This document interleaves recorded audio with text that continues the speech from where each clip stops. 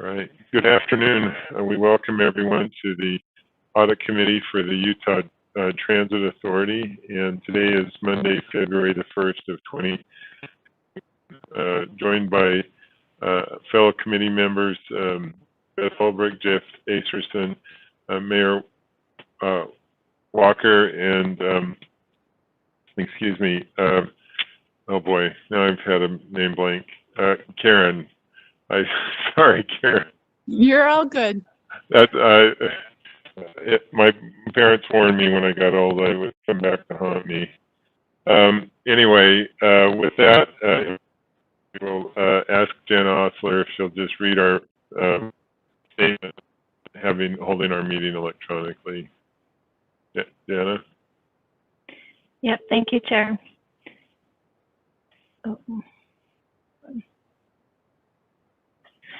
This is the electronic board meeting determination for holding our meetings remotely. Consistent with provisions of the Utah Open and Public Meetings Act, as Chair of the Board of Trustees, the Utah Transit Authority, I hereby make the following written determinations in support of my decision to hold electronic meetings of the UTA Board without a physical anchor location. Due to the ongoing COVID-19 pandemic, conducting board and board committee meetings with an anchor location presents a substantial risk to the health and safety of those who may be present at the anchor location. Federal, state, and local health authorities have adopted guidelines which encourage institutions and individuals to limit in-person interactions and recommend increased virtual interactions. This written determination takes effect on January 27, 2021, and is effective until midnight on February 26, 2021, and may be reissued by future written determination as deemed appropriate. Dated this 22nd day of January 2021, signed Carlton Christensen. Thanks, Jenna. Safety first minute. We welcome Sheldon Shaw. Good afternoon, Sheldon. Good afternoon, Mr. Chair. Good afternoon, committee members. Appreciate the opportunity. Today I wanted to highlight one of our rule books. And that rule book is the General Code of Operating Rules, commonly known as GCOR. And it's how our commuter rail or front runner railroad complies with the CFRs and also with FRA regulations. And it's a great rule book. The first section is safety, and I want to highlight the first safety rule in there, which is 1.1.1. And it says, in case of doubt or uncertainty, take the safe course. And that's a great way to run a railroad and great advice for our personal lives too. Thanks, Mr. Chair.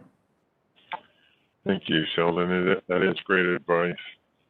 Our next item up is our consent agenda, which would include our minutes from our last meeting on October the 19th, as well as reaffirmation of our audit interim charter, which has not changed since our last approval.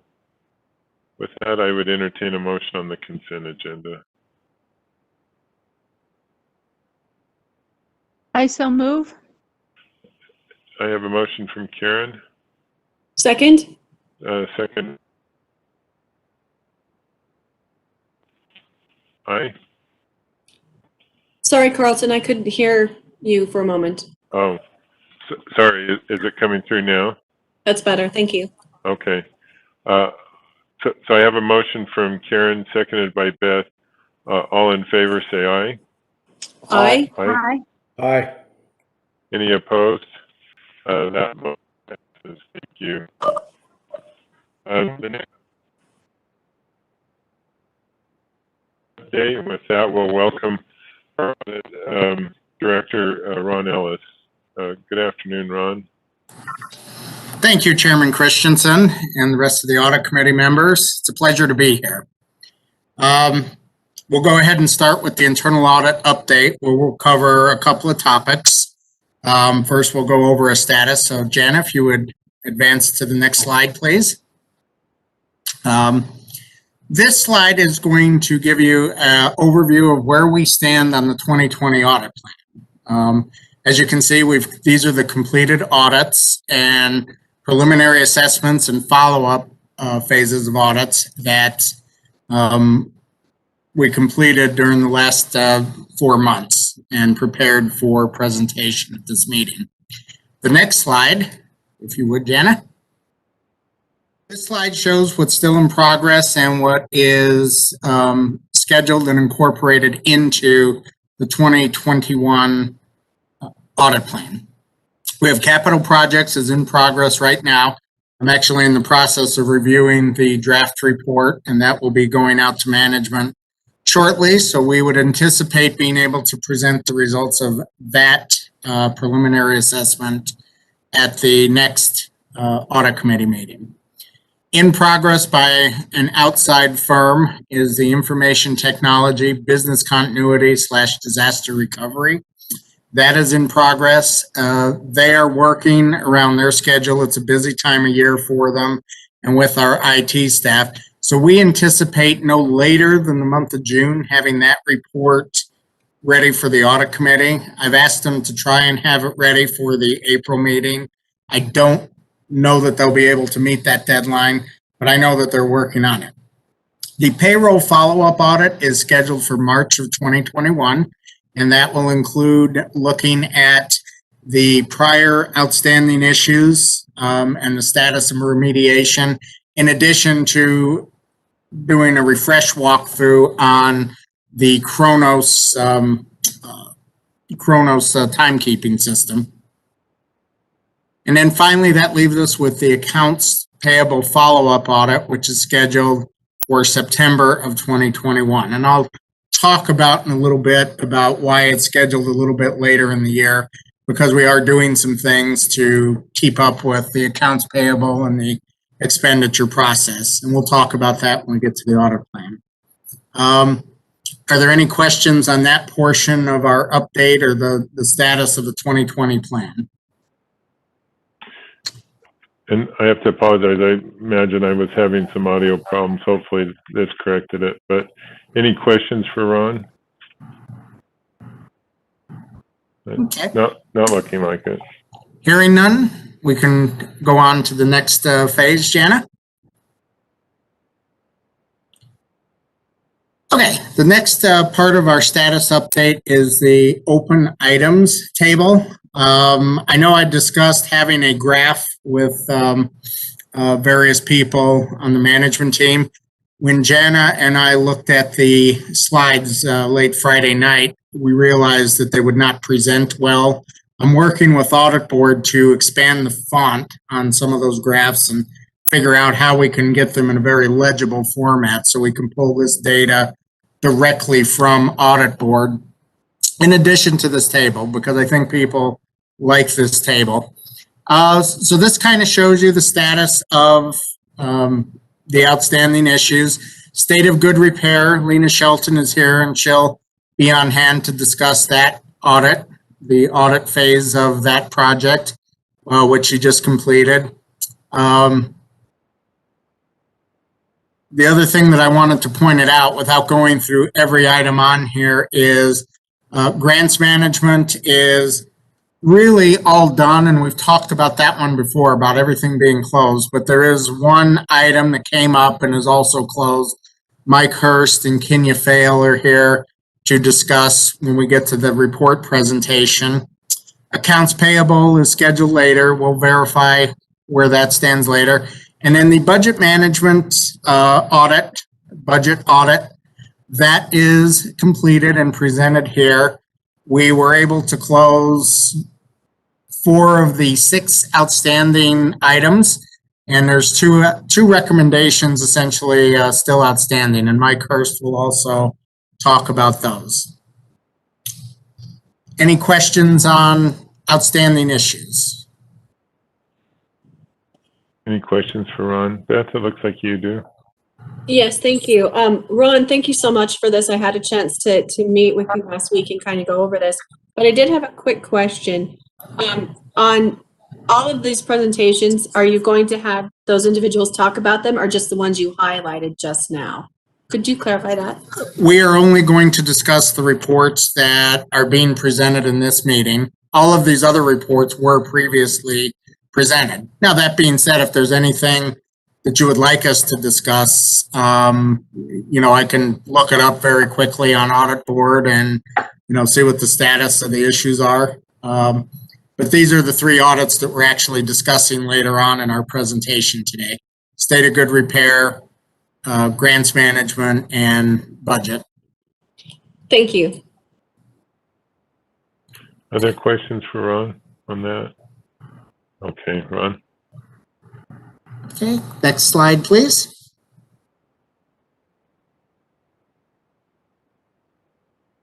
Okay, this brings us to the risk analysis portion of our update, where we will talk about the risk analysis. So just a little,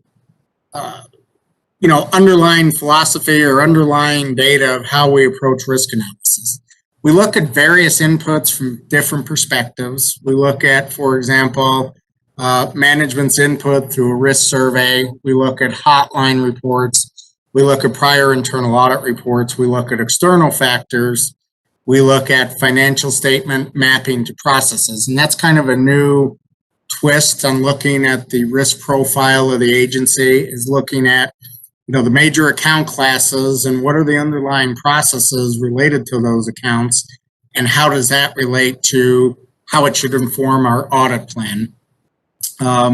We look at really in a couple different ways. We look at the Committee of Sponsoring Organizations of the Treadway Commission 2013 Internal Control Framework, and use an assessment to evaluate our risk profile that way. So that informs our audit plan as well. For short, we call it COSO 2013 because all of those words are a lot to say in one sentence. This is the predominant internal control framework that's referenced by the state auditor. It is the absolute gold standard of financial control frameworks in the private sector for sure, and it's also widely used in local governments, at least in the state of Utah, based on the state auditor referencing this as a good framework to follow. So there's actually a checklist or an assessment that COSO provides that you can use to evaluate your risk profile. And there's also the state auditor's fraud checklist, which we talked about in the Board of Trustees meeting back in December. I think it was December 16th to be exact. On the state auditor's fraud checklist, that showed us our fraud risk score was very good. It was a low risk based on 384 out of 395. So that tells us, we had a very good risk profile. And then finally, we look at regulatory requirements, and an internal audit, how we kind of keep an eye on that is we incorporate a regulatory component in the audits that we perform as appropriate. Next slide, please, Jana. This slide is a chart, a flow chart presentation of the factors that I just talked about. And it's really in a circle because you have all these various things giving input to the risk analysis and ultimately informing the audit plan. I just want to point out that when we say prior audit reports and professional judgment, when an area has undergone an audit, the risk is automatically a little bit lower because we've gone through the area and we've tried to identify where the residual risks are in those areas. The surveys with management are invaluable as far as like informing the plan, looking at the prior risk analysis, and of course the COSO frameworks and mapping that I discussed. We also look at external environmental factors that are beyond management's control. Next slide, please, Jenna. So some of the key takeaways from the management input. Management was asked to rate various risks as low, medium, or high, as well as being given an opportunity to respond with comments. So one of the highlights is on ethical values, which is probably the foundation of any internal control system, along with the organization chart and the job descriptions. Ethical values risk was rated as low, which is interpreted as perceiving a very good tone from the top. I would also say from my own anecdotal observations, I would concur with that conclusion on management. So it's not an outside person coming in and seeing the tone from the top, the support that I get from the trustees and the audit committee on, on the internal audit function and the general tone from the top that comes down is very good. So that's a great thing. That's what we want. We want that to be low risk. We want the state auditor checklist to score in the low risk category. Those are really good things for the agency. Reputational risk was rated medium and high. Some of the management personnel cited, being concerned about safety incidents, and of course, COVID outbreak concerns.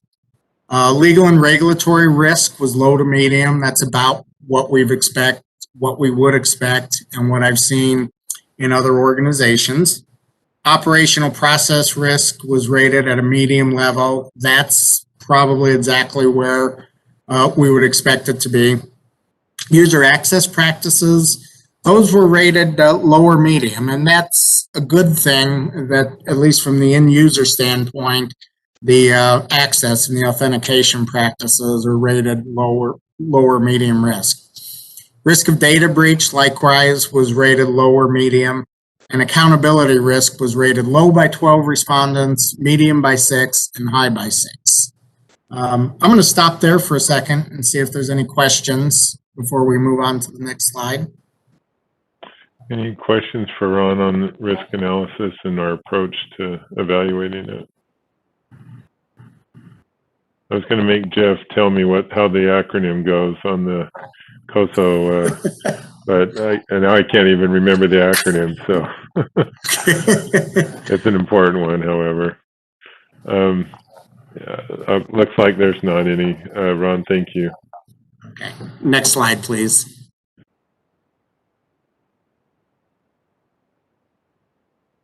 Next slide, please. There we go. Okay. So here's what the risk analysis impact on the 2021 audit plan is. It's reviewed with key management personnel. I know I had a chance to go over some of the risk analysis with Carolyn and with the trustees. We discussed mitigation strategies. I also went over this and distributed it to the executive team. The risk analysis really informs the audit plan by identifying new areas of potential risk, as I probably already stated. It provides for the best use of internal audit resources. And what it really does is it gives us a risk-informed audit plan that tells where internal audit can add value to the organization. Next slide, please. Okay.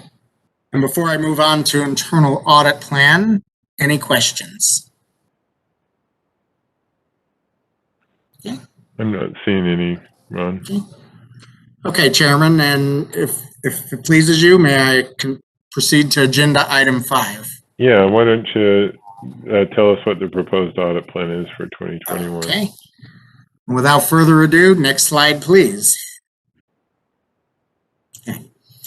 So I just want to point out that with utility costs, that's one of the new areas or topics that we're going to undertake in 2021 that was informed by the risk analysis, specifically by looking at the financial data and mapping that to processes. We're going to plan that for February of 2021. We have the FAIRS revenue implementation follow-up, February of 2021. Payroll follow-up audit will be in March of 2021, as I've already discussed. Maintenance of way systems, preliminary assessment. That's one of those holdovers from 2020. I don't know if I call that out, but that really is one that, originally we were going to undertake in January, and then after meeting with my team, we decided to defer it until April. Procurement contract management audit, May of 2021. We've already done the preliminary assessment. This would be the audit phase of that. And then bus training and operations, preliminary assessment. I know that sounds like a very broad topic, but how we approach any of these audits is we will meet with the management of the area and we'll share with them what we have in mind, where we see the risk. And then we'll have like a little mini risk assessment meeting with just the management of the area and agree upon a scope, that's reasonable, that doesn't become intrusive with, the operations of these areas. In some areas, they are necessarily large topics and they kind of follow one into another. So we're planning that for June and, planning the schedule for June. Next slide, please. So that covers the first half of the year. And then we'll move on with the second half of the year. Also in June, we will do the transit-oriented development audit phase. That'll be subsequent to the expected remediation dates on the action plans identified in our preliminary assessment. There'll be the maintenance of way infrastructure follow-up phase. We anticipate that to be relatively quick to go through because there were very few problems we noted on the initial assessment or on the audit phase. We'll follow up with the data access audit and then accounts payable that I already spoke about. We will look at information technology general controls. Again, it's one of those broad sounding topics, but there's very, specific points that we want to make sure are covered. There's a lot of things in that we can probably leverage from work that's already done. For example, the data access audit, we would look at it and just make sure that we've covered all the subtopics within the provisioning topic. We would look at the disaster recovery audit that's in progress now and see what we can leverage from for things like backup and recovery tests and things like that. So it doesn't necessarily mean we're going to go back through all of those topics.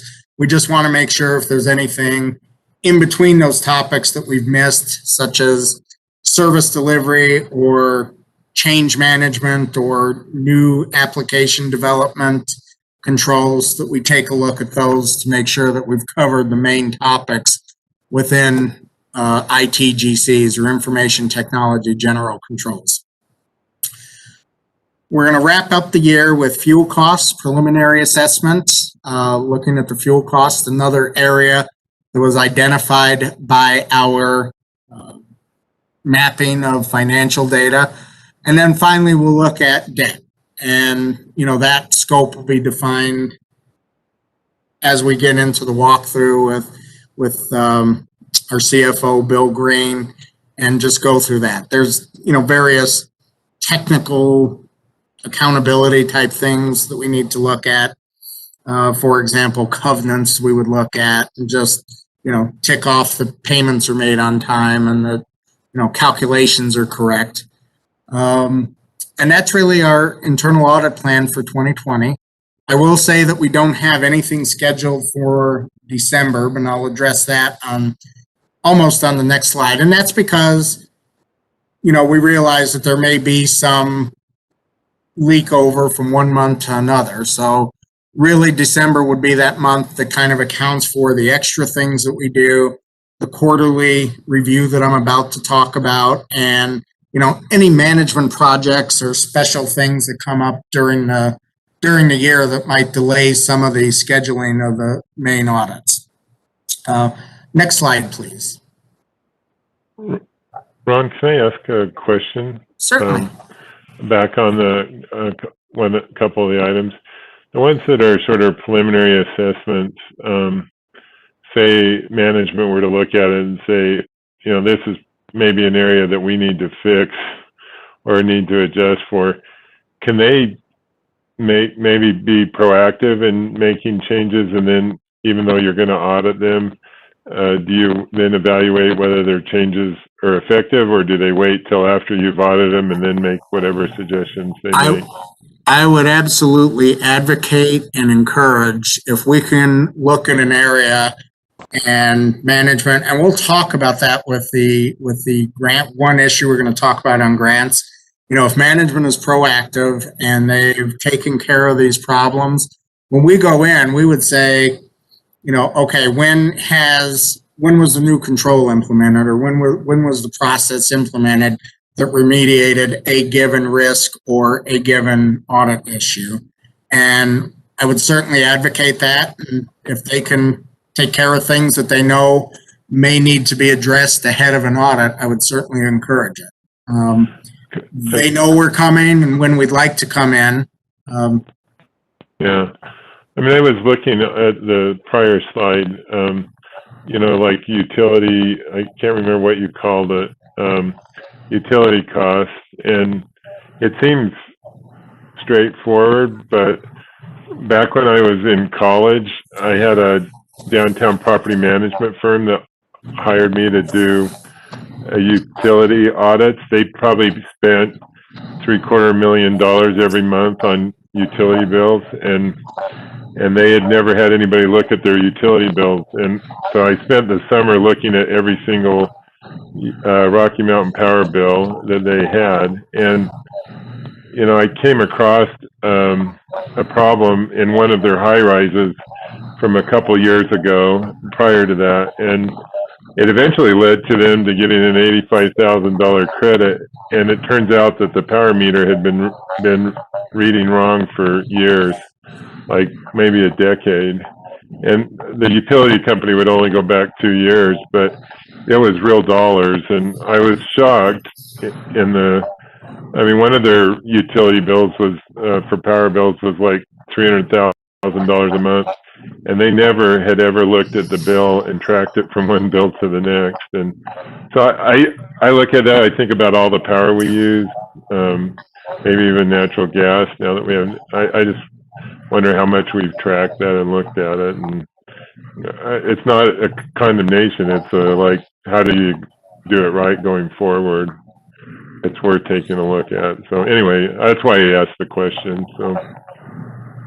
No, we'd love to see that. And, you know, to that end, we can even go in and kind of share like some of our concerns or some of the risks that we see and make some suggestions about, you know, how can you do this? I don't think it would be practical to go out and read every meter, every meter every day.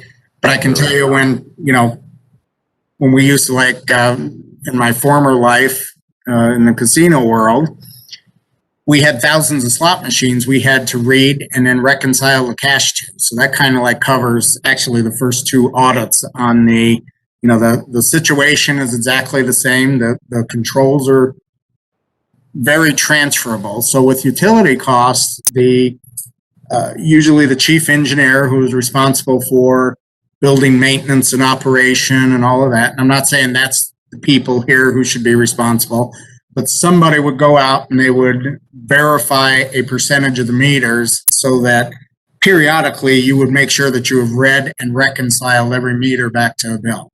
And then when you see, then you get to a point where you get a comfort level with your usage and the time of year that your gas usage goes up, maybe for heating, or electric usage goes up when it's 100 and something degrees outside, and you're able to statistically identify anomalies and look at, where you want to target your efforts and, why did this particular segment of the building like shoot up in water use? And you find out that somewhere there's a pipe that's like just leaking. So it's very useful, and I would concur with you. And I think there's, anytime I've undertaken these types of projects in my career, they've resulted in some cost savings, and they usually come up to real dollars. Yeah. And if not, okay. Jen, I think we're ready to go to 2 slides past this. And if there's any more questions, feel free to jump in. Can you go back 1 slide, Jana? Yeah. Okay. So this is the last part I wanted to just point out are the extra things that the Internal Audit Office does. One of the things that we do weekly is we do a conflict of interest check on the board agenda. And what that entails really is we look at the financial disclosures that we do annually. And if I see something on the board agenda that's up for approval, whether it be a contract or maybe approval for a pending project or discussion of a project, I will go and look at the financial disclosures and see if there's anything that could potentially present a conflict of interest that somebody should be aware of. And we would do that before the advisory council meeting as well. It's just like a little extra double check. Everybody's aware of their responsibilities, but sometimes things slip your mind. So it would give us the ability to avoid any potential conflicts before they happen. And that rolls right into ethics office operation. We do that as needed. The big thing that we do there is the annual ethics training and maintaining the anonymous tip line. Those are as needed. As reports come in, we coordinate the investigation. And then finally, the rest of the ethics operation is when employees have questions, can I do this or would this be okay? And then we get a determination within the context of Utah state law and the ethics policy as to what the proper advice for that employee is. And it works out really well. Finally, financial controls. So in some special purpose districts, there is a duty required of the Board of Trustees that requires them to do things like look at their base financial controls. I think they have to review expenditures and they have to review bank statements, for example. So even though UTA is exempt, after we reviewed the code and determined that there was an exemption, and when I say we, I mean myself and our legal counsel, we determined that we're exempt from those requirements within the general special district codes. Thought it might be a good idea to just continue to do some quarterly ongoing monitoring to look at those controls anyway. So one of the things would be the expenditure controls. Yes, we're not going to do the follow-up phase of accounts payable, but we are looking at a sample of expenditures periodically throughout the year to cover a sample from every month. Same thing with bank statements and reconciliations. We would look at a sample of those. I'm still in the process of defining the specific controls that we want to look at, but those are just a couple of examples of the things that would be looked at. And it's based off of this requirement that trustees have in these smaller special purpose districts and local, local governmental type entities. Okay, and with that, I will pause for any questions about the plan and ask for an approval following questions. Any questions for Ron on this proposed plan? Beth? Thank you. Ron, I did have a question. I just wanted you to articulate this a little bit. Just to let all of the audit committee know that we have had usage on the anonymous tip line. Is that correct? That is correct. Could you Yes. maybe expand about that? How that's been in place for, maybe you can give us some details? I'm going to say, I think it went into place around 2018 with the current board. If you give me just a moment here, I can tell you exactly how far back it goes. It might have gone early 2019, I think, Ron. Maybe early 2019? Yeah. Okay. Yeah. I think that's right. Yeah. Okay. So we usually get I'm going to say 1 to 3 reports during a quarter. Some quarters we get none, and that's a good thing because people know this exists. All of the administrative employees, in addition to the management employees, secretaries and people in advertising and people in just various administrative jobs have had to go through an ethics training. People in operations have had to go through an ethics training course. And this is one of the things that we emphasize is that there are various reporting mechanisms. And hopefully, if I, may point out, the trustees went through the live training.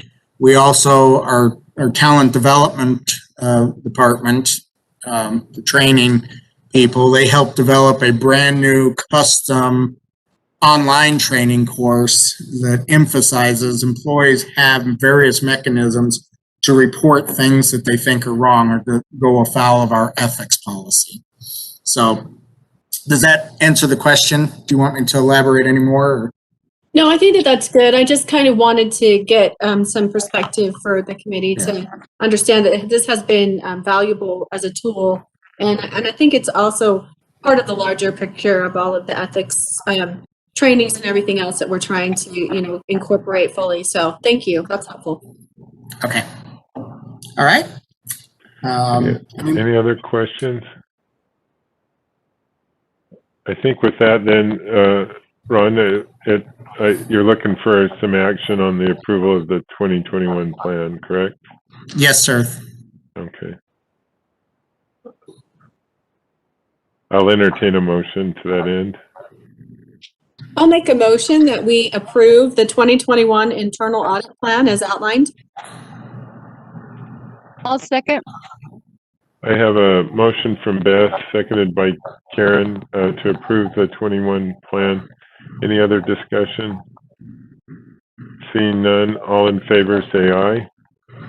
Aye. Any opposed?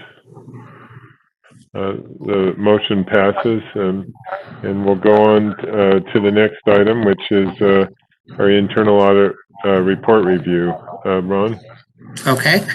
Well, to present the grants management follow-up audit is our senior auditor, Mike Hurst. And Mike, I'll turn it over to you. Great. Thanks, Ron. Thanks, Mr. Chair, and thanks, committee members. Let me just get to the correct screen here. Can we go to the next slide, please, Jana? Yeah, this is perfect. Okay, so we completed the follow-up phase for the grants management engagement. Our review focused on relevant topics including governance, grant drawdowns, and civil rights compliance. Could you go to the next slide, please? 7 out of 7 issues from the audit phase were closed or remediated. One new issue related to disadvantaged business enterprises was included in this report. The issue was self-discovered and self-corrected by the Civil Rights team. Kenya Fail, manager of the Civil Rights team, will give further details about that issue and how it was corrected. Kenya? Okay, thank you. I'm going to actually have, we'd started off with identifying this risk of the actual disadvantaged business program from the beginning when Carolyn came on board. And so we found that we were doing that proactive, engagement with the agency to identify some of the needs. But I'm going to actually have Andrew do a little bit more talking about how he went through the process of bringing the program into compliance. Sorry, we're in here together because I'm having some computer issues. I just have some notes here. So when I started in 2016, we identified that there were about 146 DBE firms that UTA was maintaining. And DBE is the Disadvantaged Business Enterprise, which is a proactive program that UTA engages in partnership with the FTA to try to engage disadvantaged businesses. And UTA certifies those businesses as a DBE. And a portion of that is maintaining that certification. So when I first came in, we had about 146 in our purview. And of those, about 106 were not up to date with their certification requirements where they send documents into UTA. And so at that time, being new to the organization, working through all of the challenges, we identified it, and the issue was unable to be resolved in a timely manner due to staffing issues, where I was just not able to keep up with Title VI and DBE and Davis-Bacon Act and everything else while trying to track down all of these other businesses that were not communicating, not responding. And so a portion of the requirement is that they are supposed to send in annual documents. And until we actively seek them out and then show that they are not in compliance, they remain certified as a DBE. And so I was able to whittle it down eventually until Carolyn was able to come in to work with us, and she was able to help us hire new staff at the beginning of 2020. And so when she started, we had about 85 DVEs that needed to be renewed or be contacted and have their certifications removed. By the end of it, though, we were able to contact 20 DVEs and get their documentation and get them renewed and back into compliance. Whereas 65 of them were just unable to be contacted. They were not businesses anymore, or various other reasons that they were so difficult to get a hold of previously or didn't return documents. So the process of decertifying required extensive documentation, sending of certified mail to the business entities, and it was a multi-factor level decertification process that just was not able to be resolved. But at this point, with having Joanna in place for 10 months now, we're up to a functional period where the only people that are out of compliance are those that are 1 or 2 months behind. And so we were able to identify the issue and then resolve it on our own prior to talking to internal audit about the issue. One thing I will point out is that with COVID, the FTA kind of was able to grant us the certified letters. Because of COVID, we didn't have to go through that process so that it was a little faster to get through and getting some of these companies up to date, because we didn't have to do certified mail for each, like 3 different steps of the process. So that we were actually happy for that, change in the regulations for a period of time. So, but it was identified actually really early on, I should say, prior to Carolyn, but it just was one of those things that we identified it and said, we're doing the best with the staffing that we have. And I think we're in a better place, obviously, today. Andrew or Kendra, were we still using those 65 much as an actual supplier, or do you have any sense of that weren't able to be certified? So it's extremely unlikely because most of them were not in communication with us. Okay. I will point out that even if they were not in compliance with their renewal, they were still a DVE, and the regulations specify that unless they are actively decertified, that their participation would still count as a DVE. Okay. So even if they did, for some reason, continue to work in Utah without responding to any of my emails, it wouldn't have been out of compliance with our grant system to use them and count them as DVE participation. Thank you. Any other questions for Andrew or Kendra? Okay, Mike, we'll come back to you. Anything else? No, that's everything. I just want to express my appreciation to all of the hardworking departments that assisted me with this grants management audit, particularly Mary DiLoretto and Patty Garver of Capital Development. They do great work to keep our grant funding in compliance and keep everything squared away. So I just want to thank those 2 individuals specifically. Any other questions for Mike from the committee? Okay, great. Ron, do we have a next one? Yeah, the next one would be State of Good Repair Audit. And Lena Shelton is here to discuss that. Lena, it's all yours. It's all mine. Good afternoon, everyone. Well, the SGR audit was fun. It was actually a really good audit because there was a lot of changes that happened from the preliminary assessment to the actual audit, including the retirement of Bentley, one of the systems that they used for inventory. If we go to the first slide, please. So some of the things that we covered in the preliminary assessment, we didn't go over in the actual audit because it was null and void after they got rid of the Bentley system, because they did have some issues with that. So the audit scope, we covered the governance, and it was the general controls that was not relevant in the actual audit phase. That problem was with Bentley, and they got rid of that. But the TAM plan, that was one of the major issues that we had, was that it was still not finalized. And we'll go over that in just a minute. But we went over a good broad look at SGR because they are going through a lot of changes. And I did a lot of different type testing to see how complete the data was that is in SGR's new system. Everything has gone over to JDE. If we go to the next slide, please. So one of the issues, as I stated a while ago, was the TAM plan. When they first put it into play, they kind of had to rush it into place, and the preliminary assessment, most of the issues with the preliminary assessment was relating to the TAM plan. So with the audit, we just all combined that into one issue, just because the fact is the TAM plan is not done. So we weren't able to exactly test it, and even looking at the draft, drafts can change.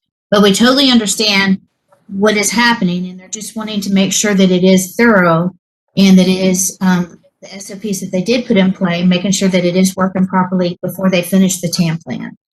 So that will be one of our follow-ups, is when it is finalized finally, then we will go through it, look at the policy itself, and find any weaknesses that we think may be there. Next slide, sorry. And so the other one was the actual inventory of the records. Before we go into the issue, I do want to say that during the audit, the whole audit time that I was working on this, I would randomly take pictures of assets and verify that they were in our system. And I didn't find any problem with that. So I do believe it is complete. However, the evidence was not captured, showing that someone did verify it. So that was the problem there. And that was just a miscommunication, and plus the migration of the systems. When the inventory program that they use, DSI, migrating it into JDE, they realized that some of the things were not capturing in JDE, so they're having to go into it. And that's why our recommendation is not just to stop and look at every record and find out the ones that are missing, but if they add it to a process they're already doing, then they can do some at a time to verify that the snapshots are put into JDE or any supporting documents are put into JDE at that time. Overall, it was a very good audit, and Dan Hoffer and Dave totally went blank. Dave, what's his last name? David Hancock. There we go. We got way too many Daves and Dames at UTA, just saying. They're doing an excellent job in, putting these SOPs together, checking them out, making sure that they are in play, and tweaking them where they feel that they need to be done. And I think that's great and then commendable that they are doing that. So, any questions? Questions from the board? And I believe Dan Hoffer is here if y'all have questions for him. I guess my one question, Dan, and I know that a lot of work went into sort of assembling the data and getting it recorded. And there was at one time a fairly significant write-off of assets that were just old and probably unaccountable. But do you feel like in the sort of normal course of business that the timing and tracking of assets going forward, monitoring those you're in a good place now, I guess is my question. Yes, the action plan that we put in place as part of this audit refers specifically to that, with a kind of enhanced control on sort of a mini inventory or audit, if you will, on our capital assets every change day. The items that come out of that will be given to the responsible business units to help them take a look at what we found, or hopefully correct that before we get to our the biannual inventories. Great, thank you. So, Chair, I have a question. Yeah, Jeff, please.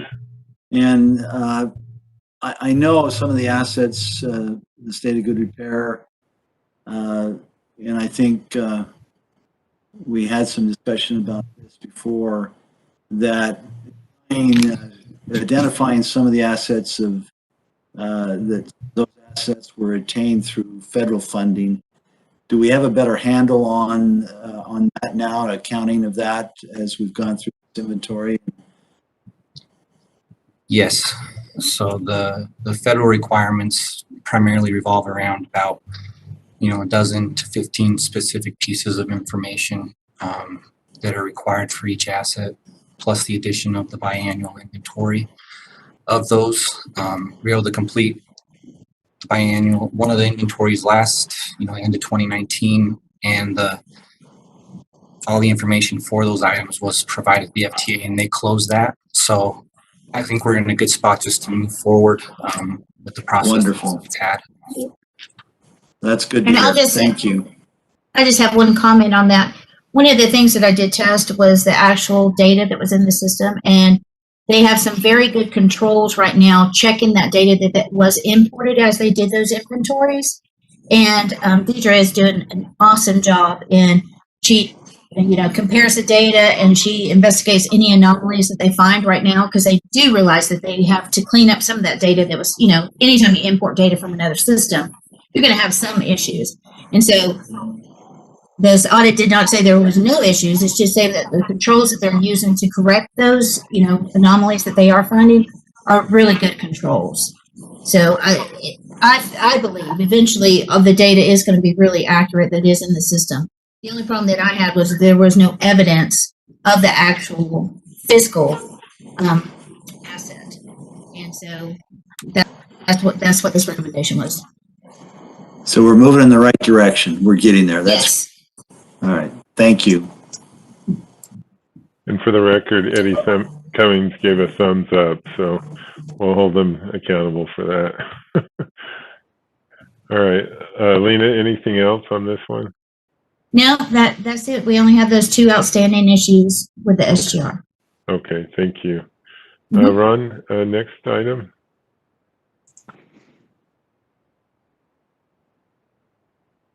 Let's see, I think you're on mute, Ron. Sorry about that. I think for our last item is the budget management audit, and Mike Hurst is going to discuss that. Before he goes into that, I'm just going to say this is an audit where we went through and a lot of outstanding issues were remediated and we were able to close them out. With that, Mike, if you can tell us what we found. Okay, thanks, Ron. If you could go to the next slide, please, Jenna. So here we discuss our scope. Once again, we covered governance, operating and capital budget development, IT general controls over operating budget software, and as well as monitoring and controls over the budget process. Next slide. So out of the 6 issues and this is the audit phase, out of the 6 issues that carried over from the preliminary phase, preliminary assessment phase, we cleared out 4 of those, and that leaves 2 remaining issues that concern with budget development policy and budget reviews and accountability. The finance department is addressing the remaining issues by reviewing policy and procedures around budget preparation, budget amendments, and the monitoring of existing budgets. We have on the line Brad Armstrong, Senior Manager of Budget and Financial Analysis, to speak on his department's efforts to fix those issues. Brad? I just wanted to say that with regard to these items that we've been working closely with the prior internal audit department and current internal audit department, and our prior CFO and our current CFO in terms of working through these items.